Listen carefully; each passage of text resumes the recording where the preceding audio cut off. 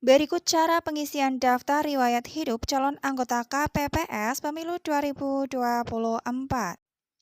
Hai, Assalamualaikum warahmatullahi wabarakatuh. Selamat datang saya ucapkan di Usma Ulia Channel yang masih sama membahas tentang beragam aplikasi dan informasi. Apa kabar teman-teman semua? Semoga selalu dalam lindungan Allah Subhanahu wa taala. Amin amin ya robbal alamin.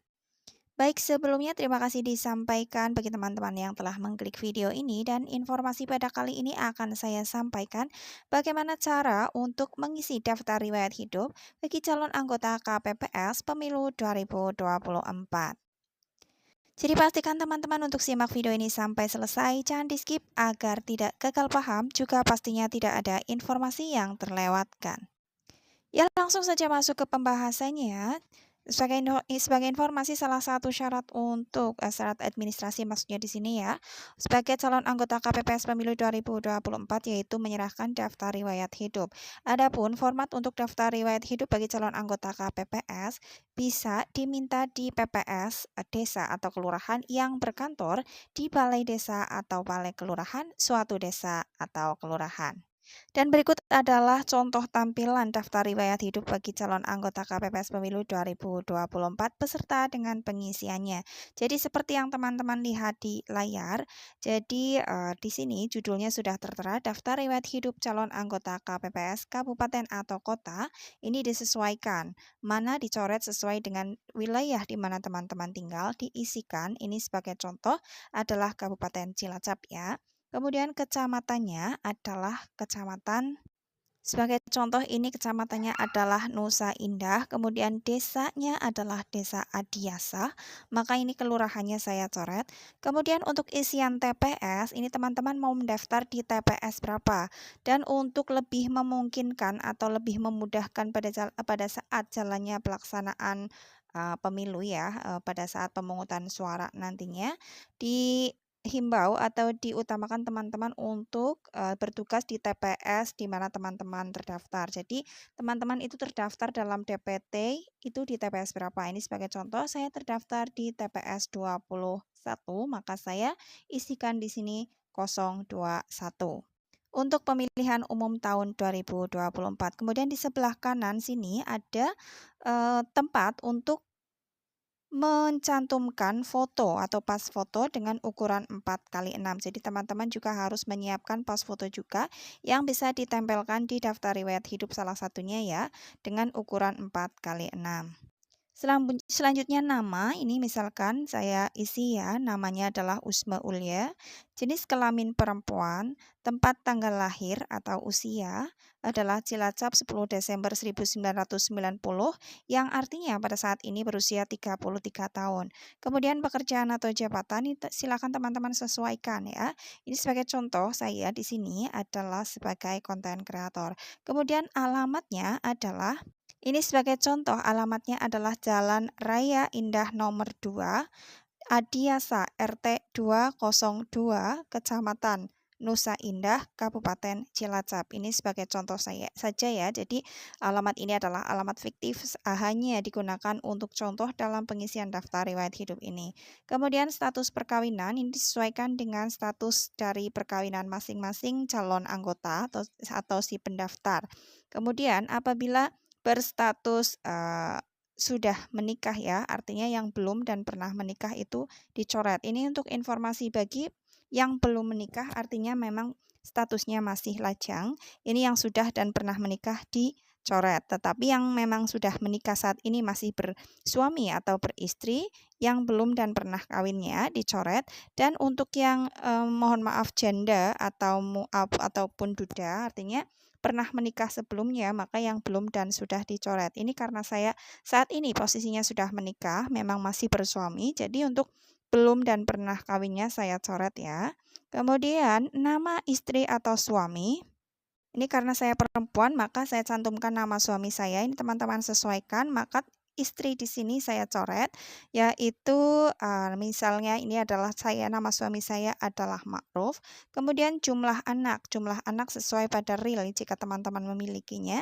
Ini misalnya adalah 2. Selanjutnya poin ketujuh adalah riwayat pendidikan, di mana di sini tertera riwayat pendidikan dari SD sampai dengan doktor. Barangkali ada yang memang pendidikannya sampai doktoral ya atau S3. Dan ini saya contohkan untuk riwayat pendidikan saya. SD yaitu nama sekolahnya adalah SD Negeri 1 Adiasa, di mana SD tersebut yaitu tahun 1996 sampai dengan tahun 2002, yaitu selama 6 tahun. Selanjutnya, ini di sini hanya tertera tahun sekolahnya ya, tahun mulai dan tahun akhirnya ya. Berarti 1996 sampai dengan 2022. Selanjutnya SMP 2002 sampai dengan 2005, SLTA 2005 sampai dengan 2008. Ini jangan lupa untuk dituliskan nama SMP, nama sekolahnya juga ya. Ini misalkan SMP-nya adalah SMP Negeri 1 Nusa Indah, kemudian SLT-nya adalah SLTA 1 Nusa Indah juga. Kemudian diploma ini misalkan karena saya tidak sekolah diploma langsung sarjana, maka nama universitasnya di sini ini sebagai contoh adalah Universitas Terbuka. Ini sebagai contoh saja ya. Kemudian tahun lulusnya misalkan adalah tahun 2015, misalkan seperti ini. Kemudian pengalaman kerja. Pengalaman pekerjaan ini dibagi menjadi dua, yaitu khusus kepemiluan dan non-kepemiluan. Untuk khusus kepemiluan, ini misalkan ya, pernah saya menjadi anggota KPPS pemilu tahun 2019. Pernah menjadi anggota KPPS untuk Pilkada